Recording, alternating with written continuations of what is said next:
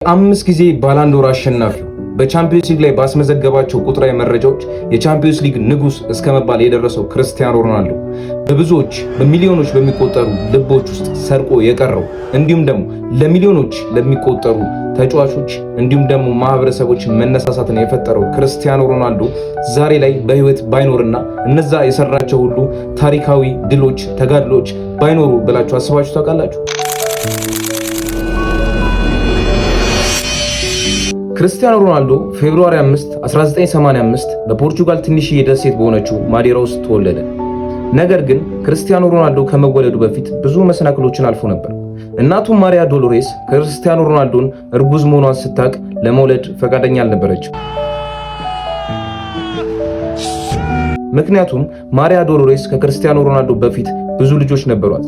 እናም ለተጨማሪ ልጅ የሚሆን አቅም ስላልነበራት ክርስቲያኖ ሮናልዶ እንዳይወለድ ብዙ መድኃኒቶችን ባህላዊ መድኃኒቶችን እየወሰደች ነበር። ነገር ግን ሊሳካላት አልቻለም ነበር። ሁለተኛ አማራጭ አድርጋ የሚወሰደችው ሆስፒታል ሄዳ ለማስወረድ ነበር።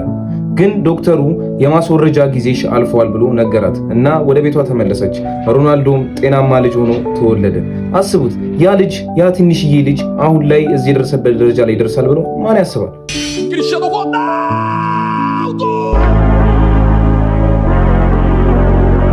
ላይፍ ለትንሹ ሮናልዶ ቀላል አልነበረችም። በጠባብ ቤት ውስጥ እንዲሁም ደግሞ ገንዘብ የሁል ጊዜ ችግር በሆነበት ቤተሰብ ውስጥ ነው ያደገው። አባቱ ጆሴ ዳሪስ አቬሮ ጠንካራ ሰራተኛ ቢሆንም ነገር ግን የአልኮል ሱስ ተጠቂ ነው። ያ ሁሉ ችግሮች ግን ሮናልዶን ከእግር ኳስ ላይ ፎከስድ ከመሆን ዘንበል እንዲል አላደረጉትም ነበረ። ሌሎች እግር ኳስን ለመዝናናት ሲጮቱ፣ እሱ ግን የወደፊት ፕሮፌሽናል ፉትቦለር ለመሆን አልሞ ነበር ሲጫወት የነበረው። ዕለት ተዕለት እግር ኳስን እያሻሻለ መጣ።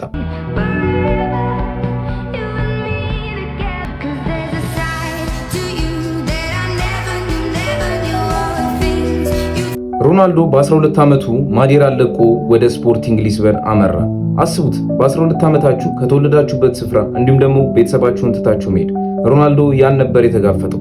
ክርስቲያኖ ሮናልዶ ከሌሎቹ ጠንክሮ ይሰራ ነበር። ብቸኝነትና እንዲሁም ደግሞ ቤተሰቦቹን መናፈቅ ስሜት እየተሰማው ነበር።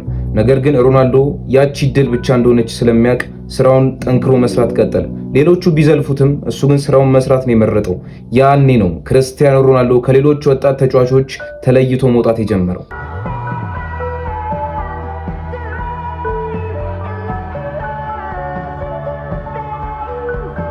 የሮናልዶ ችሎታ በፍጥነት እይታን እያገኘ መጣ። ያኔ ነው 2003 ዓ.ም በማንቸስተር ዩናይትድ ፈረመ። በሰር አሌክስ ፈርጉሰን ስር ብዙ እድገቶችን አሳየ።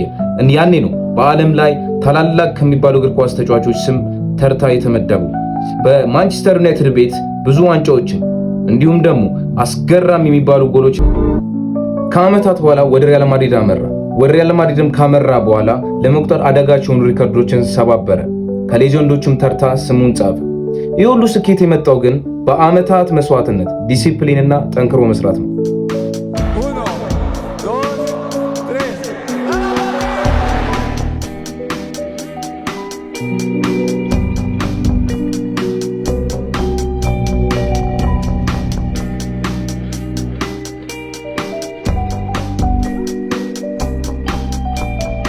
እንግዲህ ይህን የመሰለ ተጫዋች ነበር ዓለም ልታጣ የነበረው።